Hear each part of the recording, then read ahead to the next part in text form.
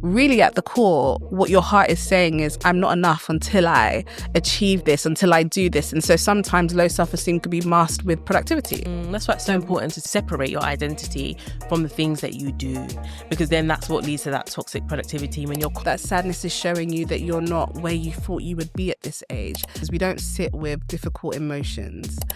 Emotions are just lights that come up on your dashboard. What is that light telling you? So many of the men and women that I work with, they don't feel that innate sense of worthiness to be in the places that they're in, the spaces that they're in, and it really keeps you hindered. Welcome to the Fruitful Woman podcast, where we talk all things productivity and personal development, but from a faith perspective. I'm your host, Funbi. The mind can be such a battlefield. Out of it stems the reasons why we behave the way we do, and this will no doubt have an impact on our ability to pursue our God-given purpose and bring forth good fruit. In this episode, we'll be in conversation with a licensed psychotherapist who is also a prolific speaker and teacher. She loves speaking about avenues for deeper healing and wholeness, as well as emotional resilience, regulation, and all-round mental health. We have with us Iffy Alexis Lee. Hi, welcome. Thank you so much, Funbi. It's a pleasure. It's a pleasure and an honour to have you here. I'm so happy to be having this conversation, particularly around the topic that we'll be having it on. And obviously you show up online all the time about this particular topic and you represent it so well, especially from a faith perspective. So thank you for doing that. Thank you so much. And we've known you for a while. We've known you from Love Limitless days. Wow. Till now, and we've seen you like mature. Could you give us, 60 seconds to 2 minutes about who you are for someone who's listening who may not know who you are and what you do? Okay, so I'm Iffy Alexis Lee. I am a therapist. I am a speaker, teacher. I'm a wife. I'm a mom. I have 3 gorgeous little daughters who I love to serve. And I think just as a whole, I am someone who is gifted by God to bring forth healing. And that's looked like different things over the past decade and a half. I started walking with God when I was 15, and I've seen how my gifts and my graces have looked differently according to the environment that I'm in. And so you mentioned Love Limitless. That was the ministry that I started fresh out of university in 2013. And for over a decade, it was really just about equipping women in their faith with God and mentorship, having community hubs.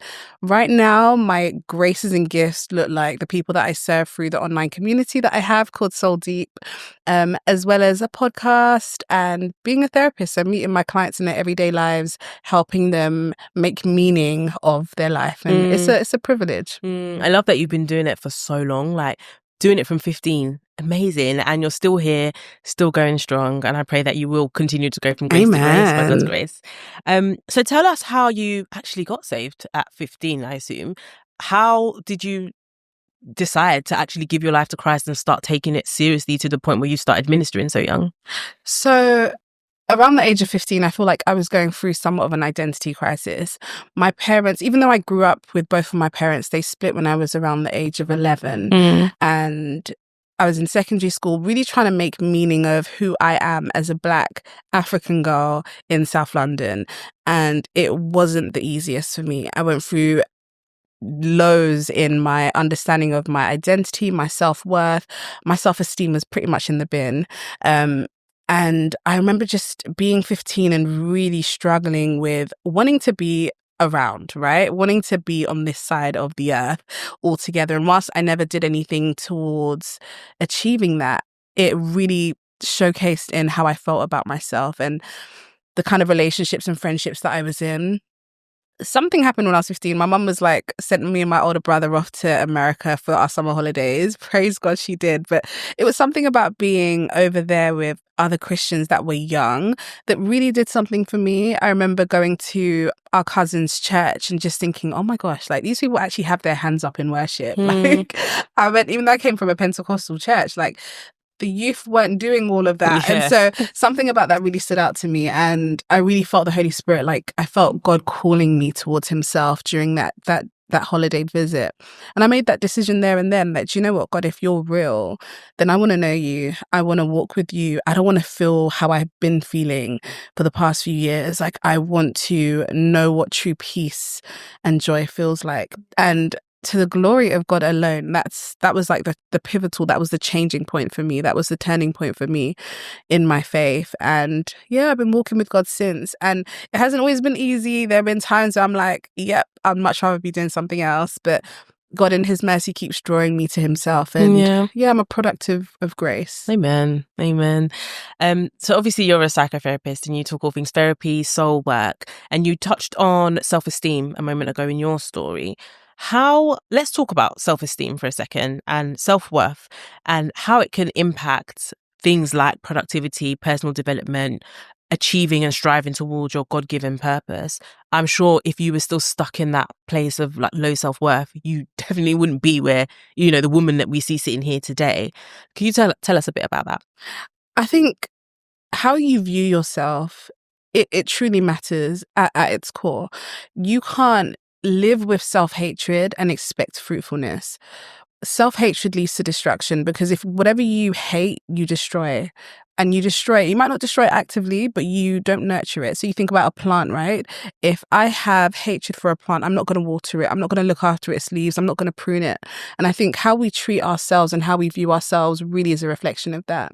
And so that self-hatred leads to destruction. And so there's no productivity. There isn't true productivity. You're not actively working towards your dreams, your goals, your aspirations, because how you feel about yourself will lead you not to. You actively self-sabotage. And that's a whole message in and of itself. You find ways to limit your own joy and your own happiness because you don't feel worthy of it.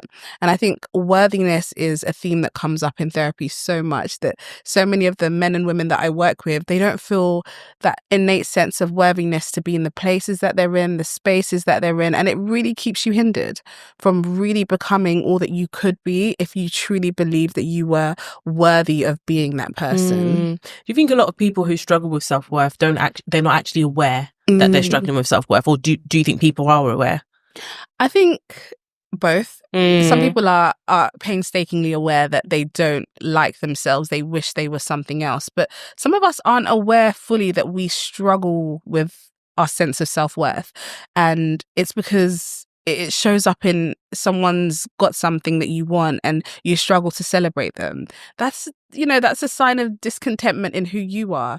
Or someone is achieving something and it makes you look at yourself in a certain kind of way. I think that there's a part of low self-esteem that seems so normalized, where actually if you take it for what it is, you don't realize the value and the worth that you have, and you're not actively striving to increase your value in terms of what you bring. So I do think it can be quite covert for some of us, and also some of us mask it. We mask it with overconfidence. We mask it with doing everything, being super productive, being in all the spaces, where really at the core, what your heart is saying is, I'm not enough until I achieve this, until I do this. And so sometimes low self-esteem could be masked with productivity. Yeah. It can be masked with fruitfulness. You're doing all the things, but you're not doing it because you're aware of your worth.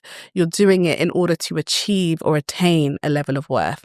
And that can be quite insidious in how it presents itself. Yeah, I can see exactly how that leads to things like toxic productivity. Absolutely. Where it's completely counterproductive, where everything you're doing is actually completely ruining your mental health even more, which is not helpful at all. How can we move from a place of feeling that low self-worth to that place of worthiness? What would you advise someone? What steps would they take to make that move? I think you first have to sit with yourself. You have to sit with the areas of shame in your story, sit with the parts of yourself that are hard for you to look at. So many of us, we don't, in a figurative sense, look in the mirror for long enough. We are running away from our past. We're running away from how we really feel about ourselves. But I think actually sitting, stopping and asking the question, who am I? What's my story? What have I been through? What do I find hard? What are the areas of my life that I don't want people to see? And just being very, very honest. And I think for the Christian, you get to do that in the presence of God. You get to do that in a space that is very, very safe, where God is there to usher in and share with you his perspective of who you are. But outside of that context, just a real honest sense of, this is who I am. This is what I've been through. These were the choices that I made. These were the choices that were made for me. These are the cards that I've been dealt. and really coming to that place of acceptance, really coming to that place of owning your story. That for me, I think is the beginning of a lot of self-worth, because if you've accepted who you are, no one can shame you. Yeah, no one else can that's shame true. you about that. You know, there isn't a shame around your parents' divorce or that abuse story, or because you've learned how to accept that. And granted, that's probably one of the hardest things to really come to. Yeah, I think acceptance is that key part. Even in I'm reminded of the sinner's prayer, where you accept that, yeah, I am a sinner, and that's why I need Jesus. That's why I need him to wash away the sins, and things like that. So acceptance is definitely a key part. Let's talk about, obviously, like I was saying earlier on, we've seen you kind of mature into who you are today. What is the number one lesson that you've kind of learned along your journey in maturing? I would say that how I view myself matters far more than how others view me. How God views me matters even more than how I view myself. And so there's a hierarchy here. And I think for a long part of my story, God has been working out, getting rid of the fear of man, getting rid of what will people say or what will people think, and really allow me to focus on what do I think and what does he think about me. And so a key lesson for me is realizing that actually how I view myself truly matters. If I know that I am loving, kind, patient, if someone tells me that I'm not, then I get to challenge that, but not from an area of deficit, not from an area of I'm not sure who I am, but from an area of, okay, this person might have another perspective. And so there's that great sense of who does God say I am and who do I say I am? Do I agree with who he says I am? Yeah. As opposed to who man says I am. Yeah. Are there any like biblical stories or principles that kind of stick out to you when it comes to talking about who you are in God?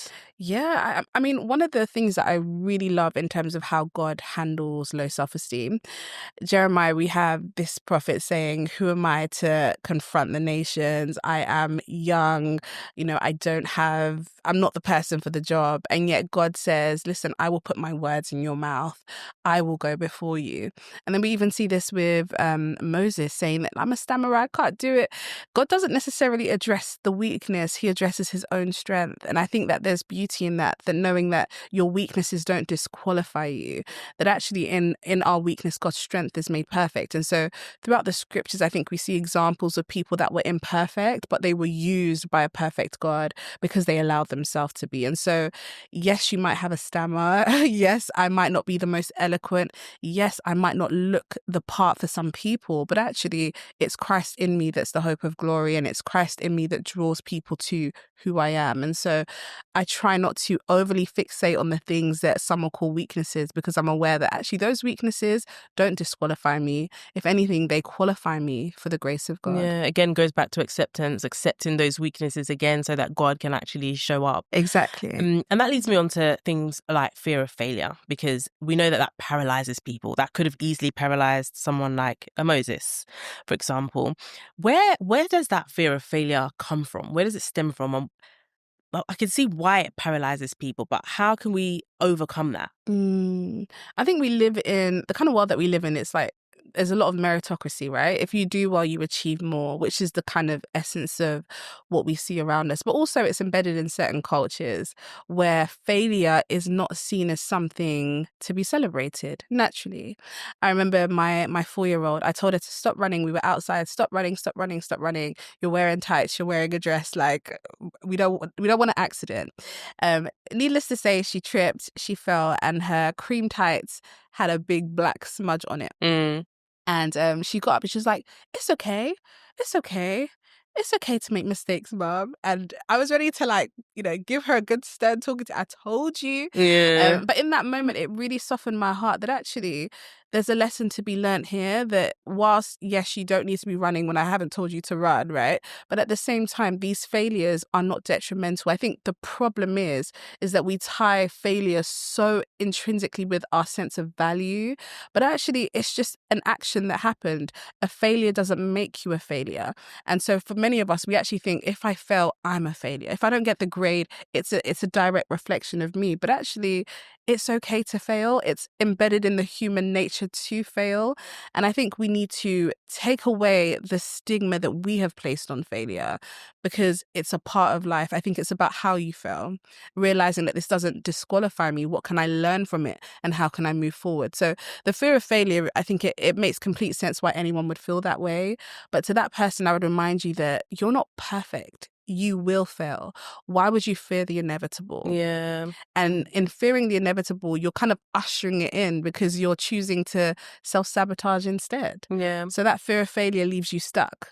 It's better to work through that, push through that, knowing that actually, if I build up my confidence, if I do that thing that is holding me back, I get to experience the joy that I want on the other side. That's why it's so important to take away your separate your identity from the things that you do, because then that's what leads to that toxic productivity, when you're constantly placing your identity and who you are based on how many things you were able to tick off your to-do list, when actually it should be found in the secret place, which out of that then comes your to-do list, out of that then comes your goals and things like that. So yeah, absolutely, I agree. What about the fear of success? I remember when I first ever heard that, I was like, what? The fear of success? That makes no sense. But actually, I can somewhat, because I feel like sometimes I've kind of experienced that, where you kind of think, but what if it does go well?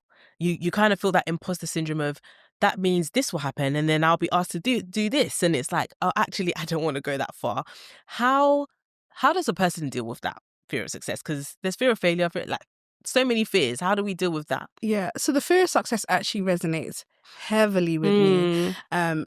The fear of failure isn't necessarily one that I struggle with. It's typically the fear of success. And as far back as I can think, I've always remembered being someone that was quite bright, someone that has gifts, has talents, and wanted to showcase them. And I'm still that person. But somewhere along the line, you start to hear certain things, you start to receive certain things, that make you feel like, actually, I can't allow my light to shine how I want it to shine, because people feel uncomfortable with this level of shining. And so I remember being in my first year of university, and I started blogging. Love, love, love, love, love blogging, sharing God's word. It was Christian, all of that stuff. And I remember receiving a lot of positive feedback, but then I also received some negative feedback. And I remember someone saying to me once that you're just a little bit too opinionated. Men don't marry opinionated women. I mean, let's talk about, really, let's be so honest, but that's the feedback that I received. And I remember just thinking like, oh my gosh, so I have to stop blogging because men don't marry women that blog? And what a complete trash, kind of comment to make. Yeah, you've disproved that. Amen. But I'm like, this is just a blog. Like, amen. By God's grace, there'll be books, there will be courses, amen. There'll be so many things that I'm now walking in. And so I realized from a young age, actually, that dimming my light allows me to be more palatable to others. And that's something that I actively have to work through, that I can't have the fear of success, that if God has called me to do it, then I can do it, and I should do it, and let it be successful, and don't hinder my own joy. And it's something that I do. I mentioned that I run a community, but even in the lead up to launching that community, the consistent fear was, oh my gosh, are people going to think, here she goes again, she just had another child and she's doing more work, like when is she going to sit down? And there's this thought that keeps popping up in my mind, and I have to say to myself, I don't answer to anyone but God. And it's back to that major lesson of, what does God want me to do? Who does God say I am? And partnering with that. I've always been someone that has been quite active and productive and doing things, and God's grace has always been what strengthened me. But actually, if I went based on a lot of the feedback from other people, I would find myself not doing half of the things that I've done, because there's a level of comfortability that people can sometimes feel with you. And so, yeah, the fear of success is real. Yeah, it is real. It is. How would you describe your experience in hearing from God? Because a lot of productivity, I believe, again, like we were saying, is tied to hearing from God, knowing what it is He wants you to do. And it's that fruit that is then pleasing to Him. So hearing from God is something that's pretty important. How would you describe your experience? What was your experience with kind of learning how to hear from God? So I've been walking with God for a few years now. And it looks different in different seasons. But as I read His word, as I pray, I always feel a strong leading, a strong guidance, a strong stirring. An inner witness, I think, is probably the best way to put it, where something just resonates. You know, when someone says something, you're like, it resonates with you. And sometimes that's how I perceive it. So it's like, I really think I should do this. No, I really think I should do this. And it becomes a conviction as I flow with it. So for me, the voice of God has never been like an audible thing, so to speak. Whilst God speaks to me in dreams sometimes, rarely. I wish he spoke to me more in dreams. Rarely, but the majority of it is an inner witness where I feel a sense of like, yes, this is the way to go, walk in it. And sometimes I might check it with my husband. I'll check it with friends, people that I know are of God. And when they get that inner witness as well, it just... Yeah. Have you ever gone into something and thought, oh, I don't think that was God's leading to be here? Do you know what? Nothing comes to mind, but I'm sure it's happened. I'm sure it's happened, but I have had times where I've grappled with really obeying that inner witness. Like, I can tell that this relationship has come to an end, but rather than surrendering to the natural process of death, right? I'm like trying to revive it and do CPR on a relationship and like, no, let's be friends. Like, it can work, but actually being able to walk out the reality here that this person might not have your best interests at heart, or maybe they do, but the relationships come to an end. And so I have felt what it feels like to be fighting against God and what he wants. And it's not a nice place to be. Yeah, no. Okay, let's talk about traumas. So that's a bit of a buzzword in this kind of, I don't know, in this generation, because people are more open to kind of talking about it, which is good. So read this definition somewhere that trauma is like an event that happens that tries to bookmark you there, tries to keep you there. And then as a result, you see everything through that lens and you're just kind of stuck there, even though life has kind of moved on. How would you define trauma? So I really like that definition. I think in its very basic form, a trauma is a wounding event. So something that has wounded you, but not only did it wound you, it's now altered you. So it's wounded you, but now it changes how you walk. It changes how you think, how you speak. It changes your biochemistry, how your brain perceives information. And so we classify it sometimes as big T trauma or little t trauma. So big T trauma can represent like the large things that happen, the abuse, the neglect, the war. But little t trauma also is quite pivotal, and that could be bullying. It could be someone saying something negative to you. And so sometimes we see trauma as a big boulder, but sometimes it's the little pebbles that make up the trauma, that make up the boulder. And so both of those matter, but trauma is less about the event and it's more about how you perceived the event and how that event has affected you in your everyday life now. And so two people can have the same thing happen to them, the same trauma, but actually one of them is traumatized and the other one isn't. And it's often to do with how you perceive it and how it affects you moving forward. So what would be I know you say the difference is how they perceive it, but how do I be in the camp of a person who doesn't end up traumatized? Because the reason I'm going down this line of questioning is that obviously trauma tends to lead to how you view yourself, tends to lead to the things that we've spoken about, like self-doubt, low self-esteem, and therefore affects your ability to kind of pursue your God-given goals. So I think it's really important that we kind of touch on how do we be in that camp that can go through something, because things do happen, and then not perceive it or not be traumatized. So to some degree, it's outside of your control, but some of it is within your control. And so I'll give the example of someone that was sexually abused as a child. One might have more trauma or more trauma in their everyday life than the other. And it's typically how it was handled. So for the child who was believed, who told someone and was believed, that lessens, studies have shown that that's lessened the amount of trauma that that person faces in their adulthood. If you were believed, if you saw some sort of ramification for the person that did it, some sort of consequence, that also helps to show you that you were wronged and that's not okay. And now juxtapose that against someone that also was sexually abused but didn't tell anyone, or worse still, they told someone but they weren't believed. They were shamed. That tends to be more traumatic as an experience than the other. And so there's that. But then sometimes there's a level of control that you can have. I think things can become more traumatic when we don't speak about them, when we don't shine a light on them. And so it starts to fester in the place of shame. And so if we both have experienced, for example, COVID was quite a traumatic experience for a lot of people, but one person maintain their community. One person was still speaking about how they're feeling and processing their emotions.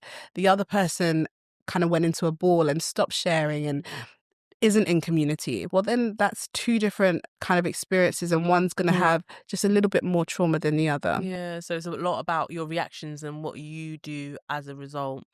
But if someone is in a, I don't know, like a funk where they're just literally like, I just can't, like you say, they go into this ball, what happens there? I suppose, being in some sort of community, you'd expect that maybe someone reaches out. That would be one avenue. But if someone is in that funk, let's say someone's watching this right now and they're just like, I can't reach out. What do they do then?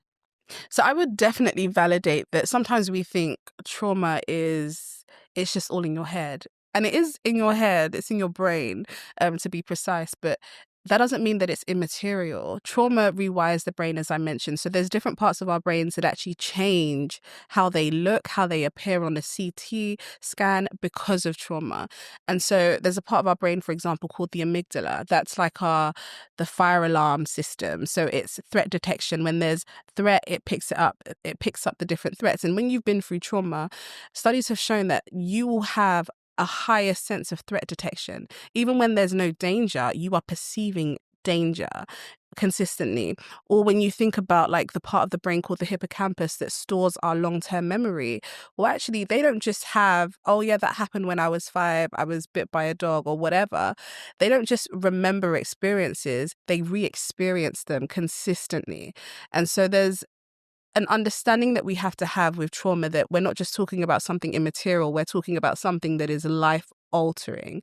And so this is why trauma-informed care really does matter. Having trauma-informed pastors and preachers and just different people that understand that this isn't just something that you just need to pray away or just get over it. No, you need to sit down with some of these memories, reprocess them, right? Make meaning from them and start to live from that realized meaning. And so for the person, if they find themselves in that ball and they don't know what to do, the first thing is to reach out for help to someone that can help you.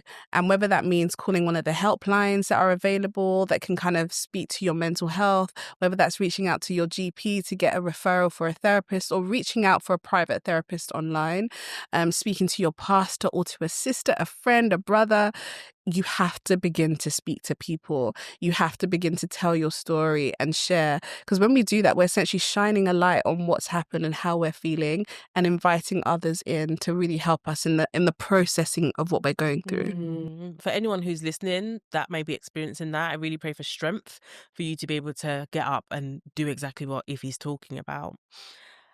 Let's talk about stress, dealing with stress, which obviously comes with a lot with productivity and things like that. I feel like, I don't know if you've seen this meme online, which talks about, oh, I need to be in the gym 3 times a week. I need to do good skincare. I need to be a mom, need to be a wife, need to do this. There's so many things that we need to be focusing on. And sometimes it can be quite overwhelming. And, we talk a lot about balance and how balance is not necessarily achieved by doing everything equally. But still, it can cause a lot of stress and the feeling of being overwhelmed. How would you advise someone who is currently dealing with that? I think one of my main messages for this year is to cut out chronic stress. Chronic stress disproportionately affects Black women. And another thing that disproportionately affects Black women are autoimmune disorders. And I think so many of us are unaware of the link. When we talk about things like lupus or Graves' disease, rheumatoid arthritis, there's so many that we can kind of get into. And there's a real link between autoimmune disorders and chronic stress. And so many of us are so used to being strong. I think the language has kind of shifted in recently. It's like, everyone's in their soft girl era. I'm in my soft girl, and I'm with you, sis. Because for so many of us, that level of strength, we've had to take care of our households, take care of ourselves, unpack trauma, generational trauma. So much, right, has been resting on our shoulders, and it's really important to start to deal with chronic stress. It's not normal to not get a good night's sleep consistently. It's not normal to be breathing shallow breaths consistently through the day and not aware of it. There's certain things that we have normalized as just part of the Black experience or the Black woman experience that we need to start really looking back at. When last did you have a self-care day or have time for yourself? Or let's make it biblical. Are you observing the Sabbath? are you separating time to really connect with your body and look at what's going on for me? How am I feeling? How am I receiving the word of God? How am I dealing with the disappointments that are a part of everyday life? You know, where am I in terms of what I feel like I should be achieving, and am I achieving those things? Chronic stress is a unfortunate killer, physically but also emotionally, of people that look like you and I, and it's something that we have to be intentional to cut out. Yeah. What kind of things do you do for self-care? So for me, here's the thing. I think joy doesn't have to be in the magnificent things, the grand things. Like, it can be in the little things. Having that shower uninterrupted, and I have a shower speaker, so I might put some music on, and just, even if it's 10 minutes, like, I want to enjoy that. I want to come back in touch with my five senses. I talk a lot about the five senses. Like, God has given us our five senses for a reason. And so many of us, we don't even taste the food that we eat. We eat the food quickly, but we're not even stopping to think, oh, that had a bit of time in it. Oh, that oregano. Like, if you don't know, Iffy is a very good cook as well. I've not tasted your cooking yet, but it looks good. I love me some food, but we don't slow down enough to savor life, is what I'm getting at. And so we're washing our hands, but are you thinking about the sensation of the water dropping on your skin? So really taking those moments. Don't wait for a self-care day. Live a life where you are deeply attuned with your bodily needs. Going outside and feeling the ground on your feet, right? Feel the rain on your skin, whatever it is, but just being aware of you consistently is super important. And that actually helps to combat that sense of chronic stress, because chronic stress is typically, or stress is typically, like, future focused, or what is happening? What do I need to be doing? What are my plans? What am I juggling? But actually, when you're able to bring it back to present day through some mindfulness techniques and grounding techniques, it really allows you to offset some of that stress. Focus on your breathing. I mean, sometimes I go through the day and I'm like, wow, you know, when you have that exhale that you just really allow your belly to just hang, right? Yeah. It feels so good. And you realize that actually I've been sucking in my belly and not breathing properly. My shoulders have been high all day. My jaw has been clenched. My fists have been balled up. And you're able to just release and say, all right, I need to decompress.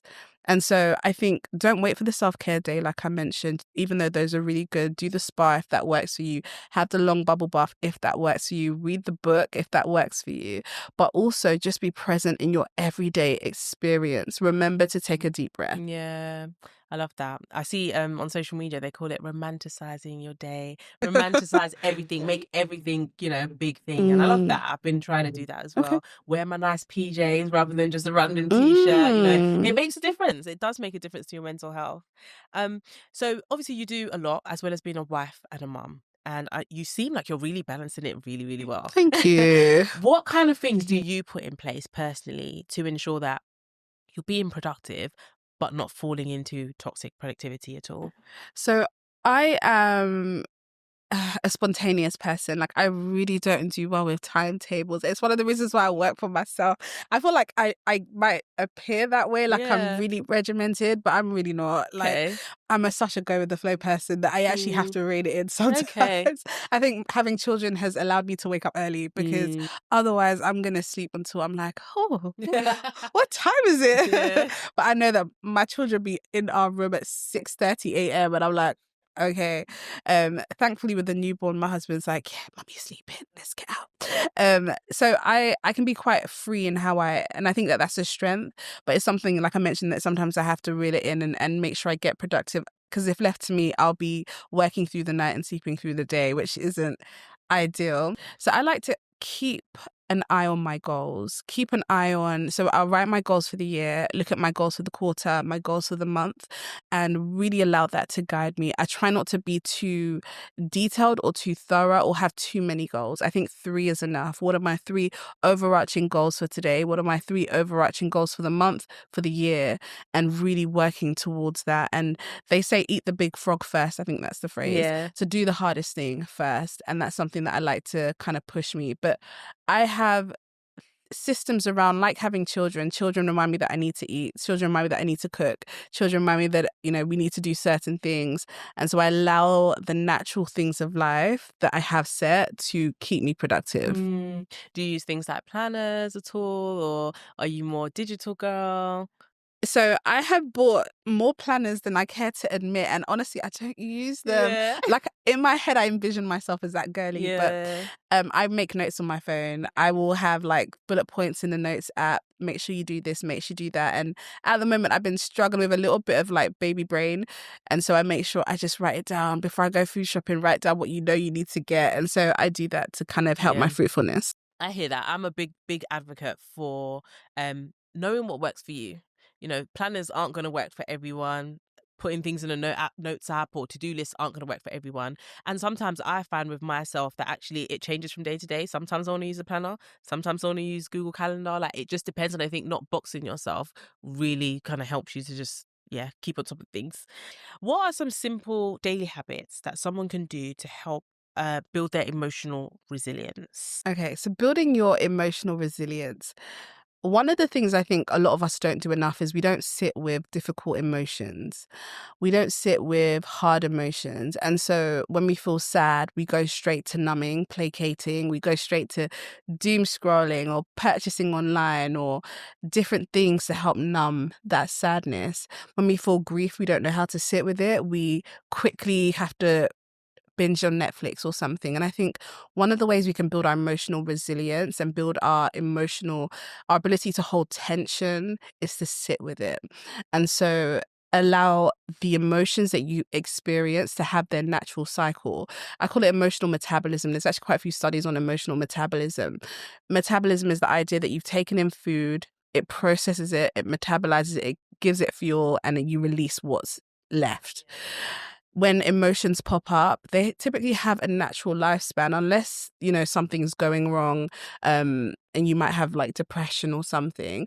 Most emotions have a lifespan. And so if you feel that flood of sadness or anger, it's okay to sit with it, to question it, to ask about it, to feel it, knowing that it will typically pass.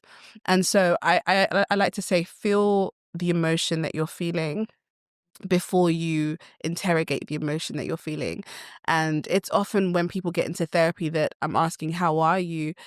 How are you really? They often don't know because they haven't done that. And so, I was feeling sad the other day, but I went to work, I just did it. And I'm like, so did you come back to that feeling of sadness?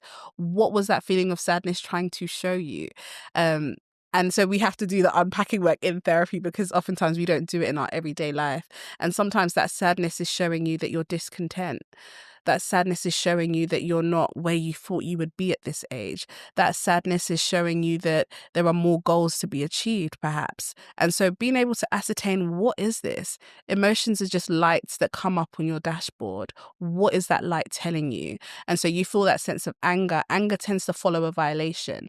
And especially for those of us that are Christians, we feel like we demonize anger. We feel like it's not good to be angry. Well, the Bible says be angry, but do not sin. And so there's an okay level of anger that you can have depending on what you do with it.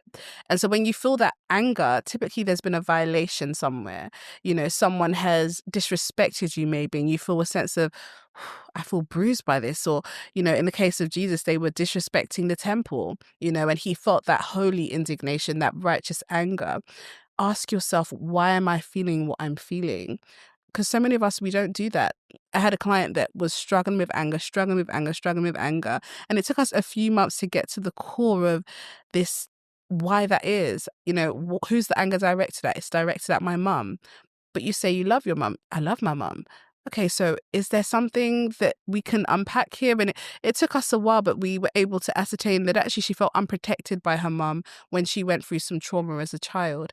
And while she loved her mum, respected her mum, was kind to her mum, there was a lot of anger in that direction. And so I think that there's a lot of strength and wisdom in being able to see, why am I feeling the way I'm feeling? And allow yourself to feel it.